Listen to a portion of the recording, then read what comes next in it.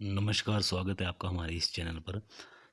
यहाँ पर हम कर रहे हैं क्लास 10th का मैथ और प्रश्नावली 1.1 के हमने सारे क्वेश्चन कर लिए हैं। आज करेंगे प्रश्नावली 1.2 के क्वेश्चन और इसमें पहला क्वेश्चन देखते हैं बिना किसी देरी के। देखिए क्या है, बोलता सिद्ध कीजिए कि √5 एक अपरिमेय संख्या है। तो देखिए अंडर रूट वाली ऐसी संख्याएं जिनका हम वर्गमूल नहीं निकाल सकते, तो वो पहले से ही कौन सी संख्याएं होती हैं, अपरिमेय होती हैं। हम पहले से जानते हैं कि ये एक अपरिमेय संख्या है। लेकिन फिर भी हमने क्या करना है, सिद्ध करना है। क्वेश्चन ये पूछता है, तो चलिए इसको सिद्ध करने के लिए हमें क्या करना पड़ेगा, ठीक इसके विपरीत इसे मानना पड़ेगा। अपरिमेय संख्या है, सिद्ध करना है कि अपरिमेय संख्या है, तो हम इसके विपरीत मान लेते हैं कि मान लो वर्गमूल 5 एक परिमेय संख्या है। देखिए तभी हम सिद्ध कर पाएंगे जब हम इसको इसके अपोजिट मानेंगे। अब देखिए परिमेय संख्या का मैंने आपको बताया था क्या होता है, जिसे हम P/Q के रूप में लिख सकते हैं और Q is not equal to 0 होना चाहिए, यानी कि आपका Q 0 नहीं हो सकता, वही आपकी परिमेय संख्या है। तो चलिए अब इसको हमने परिमेय संख्या माना है, तो हम इसको क्या कर लेते हैं, P/Q के रूप में या A/B के रूप में इसको मान लेते हैं। देखिए P/Q लिखें चाहे A/B लिखें। वर्गमूल 5 बराबर है, किसके बराबर मानना है हमने, इसको A/B के रूप में मान लेते हैं। और ये जो आपके A और B हैं, इसको हम क्या मानेंगे कि ये दोनों A और B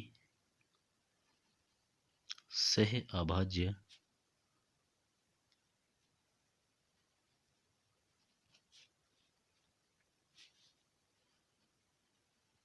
संख्याएं हैं।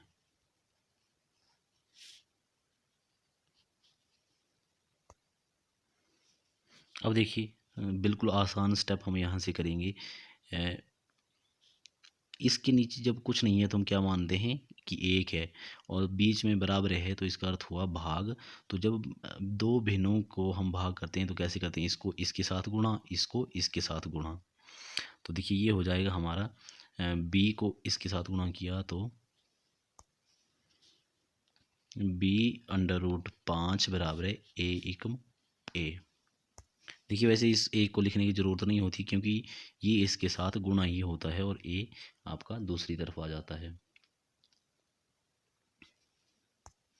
अब यहाँ से हम दोनों पक्षों का स्क्वायर कर देते हैं, वर्ग कर देते हैं। तो चलिए हम लिखेंगे दोनों पक्षों का वर्ग करने पर, अब देखिए इसका भी हम वर्ग कर देंगे और इसका भी वर्ग कर देंगे। B/5 का स्क्वायर बराबर है A का भी स्क्वायर। ये देखिए हमने कर दिया। अब देखिए इसका यहाँ स्क्वायर से रूट कट, और ये इसका स्क्वायर हो जाएगा B स्क्वायर, और यहाँ से 5 बचा है तो 5 इसके साथ मल्टीप्लाई हो जाएगा। 5B² बराबर है A²। इसको हम नाम दे देते हैं समीकरण 1। देखिए अब समीकरण 1 से जो निष्कर्ष निकलता है उसको हम लिख लेंगे। देखिए ये जो 5 है, ये 5A² को क्या करता है, विभाजित करता है। तो हम लिख देंगे 5A² को विभाजित करता है। अब देखिए अगर ये A² को विभाजित करता है तो इसका मतलब ये A को भी विभाजित करता है। तो हम लिख देंगे 5A को भी विभाजित करता है।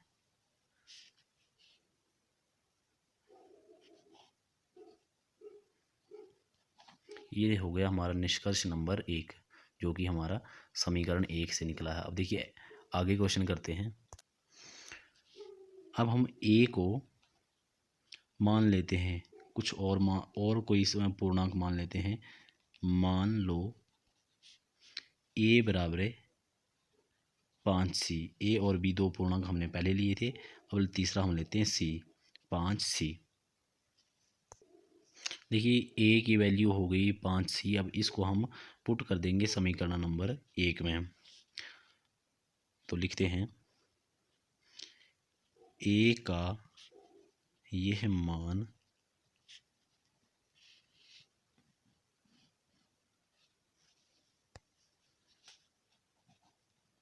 समीकरण 1 में भरने पर, देखिए समीकरण 1 हमारा ये है। तो a की जगह हम भर देंगे 5c, बाकी वैसे का वैसा। देखिए 5b स्क्वायर बराबर है, a की जगह हमने भरना है 5c और इसका कर देना है स्क्वायर। तो देखिए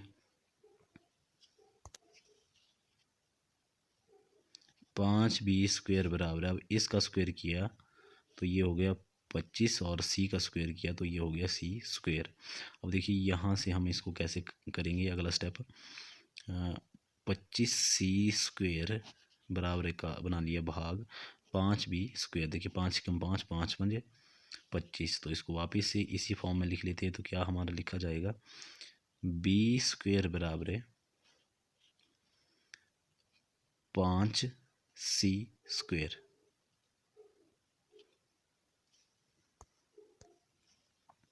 देखिए हमने इस तरह से कर लिया। 5 के 5, 5 बचे 25, बचा 5। तो ये देखिए हमारा फिर से कैसे लिखा जाएगा, b स्क्वायर बराबर है 5c स्क्वायर। ये निकल करके आ गया है।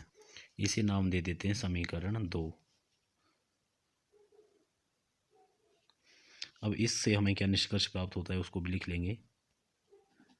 समीकरण 2 का निष्कर्ष, समीकरण 2 का निष्कर्ष हमें क्या प्राप्त होता है, ये 5 इस b स्क्वायर को क्या करता है, विभाजित करता है। तो यदि ये 5 b स्क्वायर को विभाजित कर रहा है तो ये b को भी विभाजित करेगा। तो देखिए लिख देते हैं इसको, 5 b स्क्वायर को विभाजित करता है। तो फिर क्या है, 5 b को भी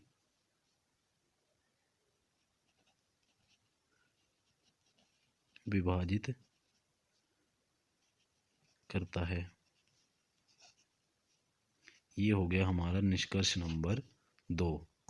तो देखिए अब हमारे दोनों पूर्णांक a और b जो हैं इस 5 से विभाजित हैं। तो इसका मतलब ये हुआ कि ये हमारी एक परिमेय संख्या है, लेकिन ये हमारी परिमेय संख्या नहीं है। तो ऐसा हमें क्यों प्राप्त हुआ है, ये हमने गलत धारणा मान ली थी, एक हमारा विरोधाभास है ये देखिए यहाँ पर हमने ऊपर मान लिया था कि मान लो ये एक परिमेय संख्या है। तो ये हमारी जो अवधारणा है ये गलत है। तो हम क्या लिखेंगे,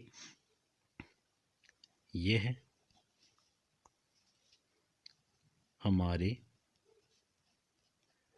गलत विरोधाभास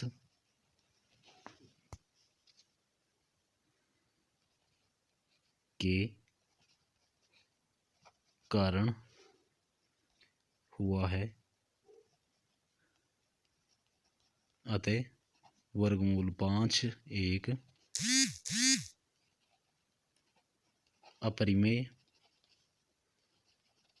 संख्या है। यही हमें सिद्ध करना था, यही इस क्वेश्चन का आंसर भी है।